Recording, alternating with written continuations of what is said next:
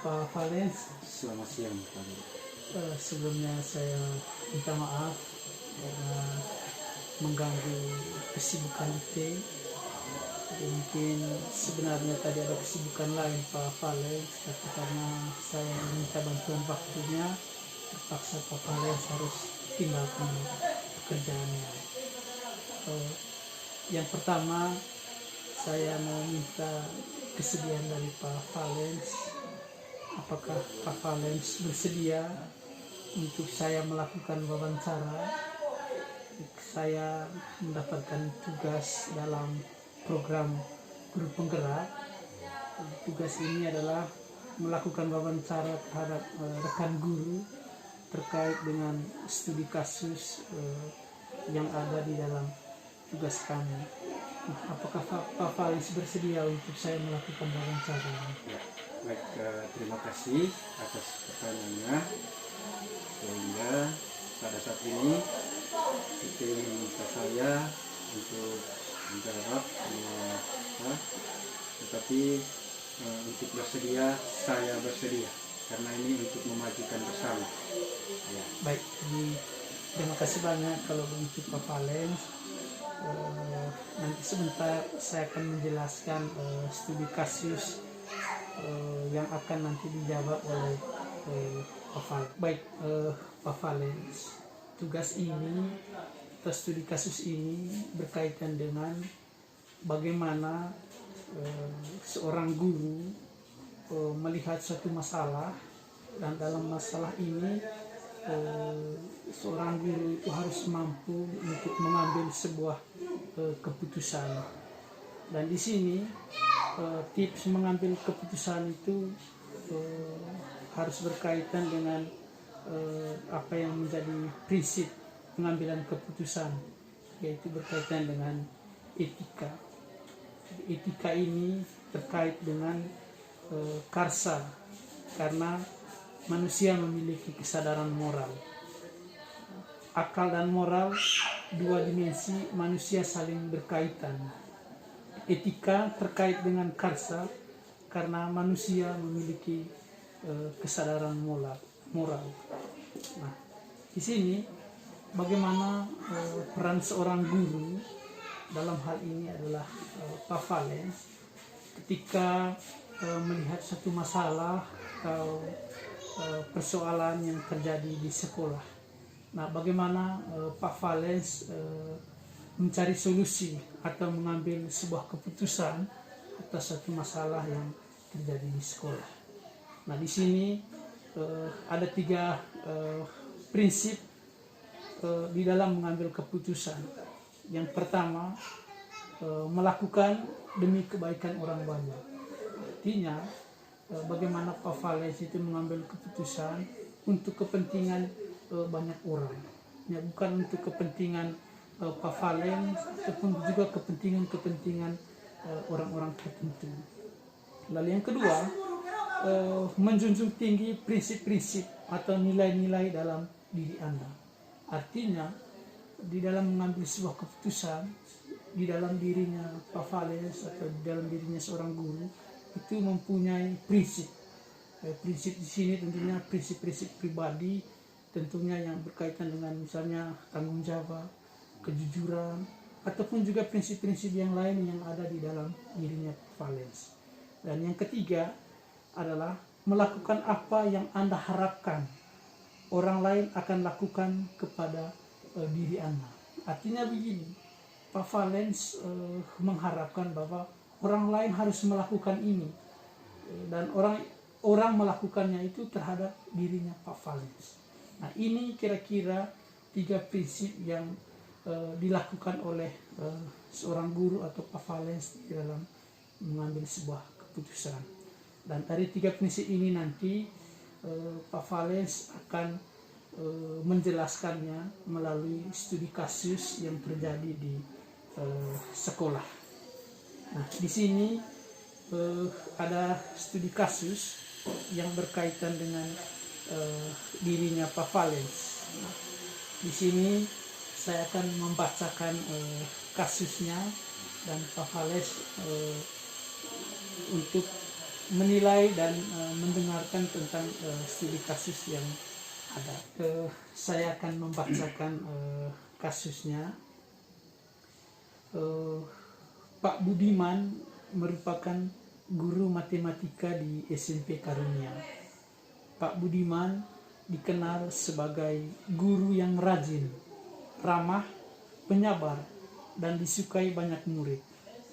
Suatu hari, saat Pak Budiman sedang mengajar di jam pelajaran pertama di kelas 8A, tiba-tiba datang orang tua salah satu murid kelas 8A, Abdul.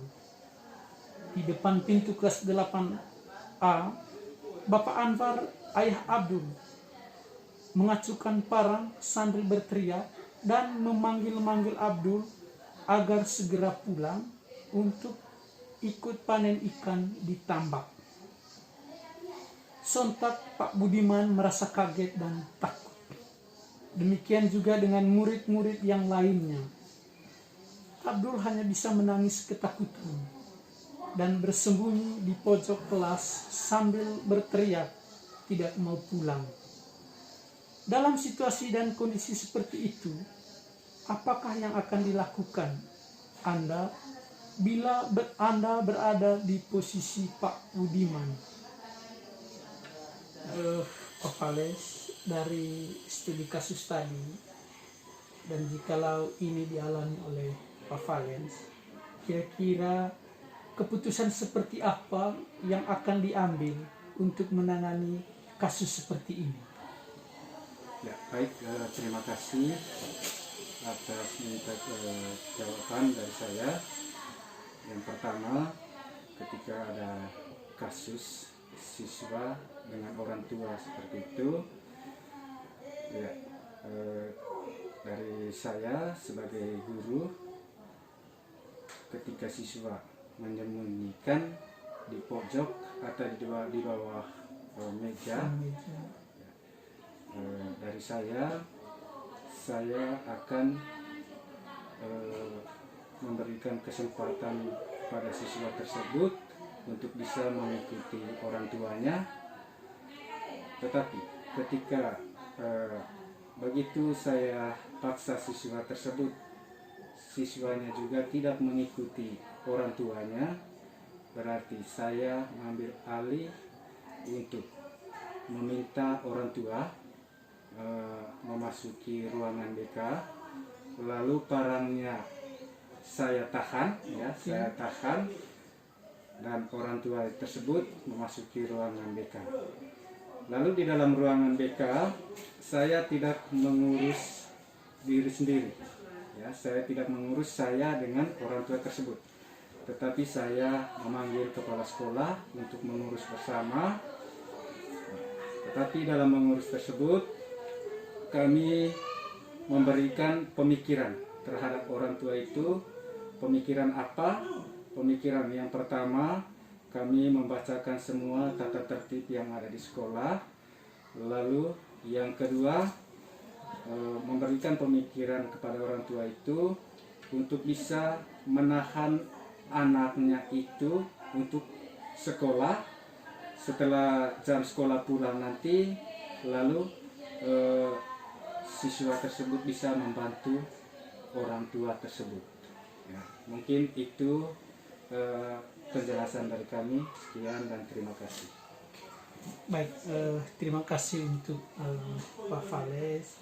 Tentunya apa yang dilakukan oleh Pak Fales ini sudah sangat baik dan sangat tepat sekali. Jadi yang pertama tadi, Pak Fales mencoba untuk memberi kesempatan kepada anaknya untuk pulang, untuk mengikuti kemauan orang tuanya. Lalu yang kedua, karena anak ini masih tetap bersikeras dengan segala macam rasa yang dihadapi, yaitu rasa takut, dia tidak mau pulang. Dia tetap berkeinginan untuk mengikuti KBM. Di sini tentunya Pak Fales juga masih rasa peduli dengan anak tersebut dan orang tua. Akhirnya Pak Fales meminta orang tuanya untuk bertemu dengan Bapak Kepala Sekolah di ruang guru. Lalu satu hal yang sangat baik dilakukan oleh Pak Valens, yang pertama adalah amankan situasi. Artinya Pak Valens mengambil parang yang dibawa oleh orang tuanya. Artinya sebagai manusia kita merasa takut dengan situasi seperti ini kalau ada orang tua yang tiba-tiba datang ke sekolah dan membawa parang dan mengancam anaknya. Dan setelah sampai di ruangan kepala sekolah, Pak Valens bersama kepala sekolah memberikan pemahaman atau pengertian kepada orang tuanya. Yang pertama itu berkaitan dengan tata tertib yang ada di sekolah. Juga memberikan penjelasan tentang anaknya itu diupayakan untuk mengikuti KBM dulu, dan setelah selesai KBM baru membantu orang tuanya untuk bersama-sama pergi di tambak. Nah, baik Pak Valens, menurut saya juga sependapat dengan apa yang dilakukan oleh Pak Valens. Yang pertama di sini dalam kaitannya dengan apa yang dijelaskan di sini tentang prinsip dalam pengambilan keputusan, bahwa yang pertama itu Pak Valens melakukannya itu demi kebaikan banyak orang. Ya, saya juga sependapat. Artinya dalam situasi seperti ini, hal yang dipikirkan oleh Pak Valens dan juga saya adalah menyelamatkan anak-anak yang lain. Bagaimana situasi ini tidak terdampak kepada siswa-siswi yang lain. Artinya Pak Valens meminta anaknya untuk segera pulang. Saya juga sependapat. Tetapi karena anak ini tetap bersikeras untuk tetap mengikuti KBM, Pak Valens tentunya tidak hanya berhenti sampai di situ, tetapi Pak Valens mengambil langkah-langkah yang lain. Saya juga sependapat. Artinya panggil orang tuanya untuk menghadap kepala sekolah, dan juga saya meminta bantuan kepala sekolah. Dan tentunya situasi ini secara pribadi juga ya, saya tidak mampu. Saya juga membutuhkan orang lain, dalam hal ini adalah atasan, yaitu Bapak Kepala Sekolah. Sehingga dengan bertemunya kepala sekolah, masalah ini bisa diselesaikan dengan baik. Lalu yang berikut,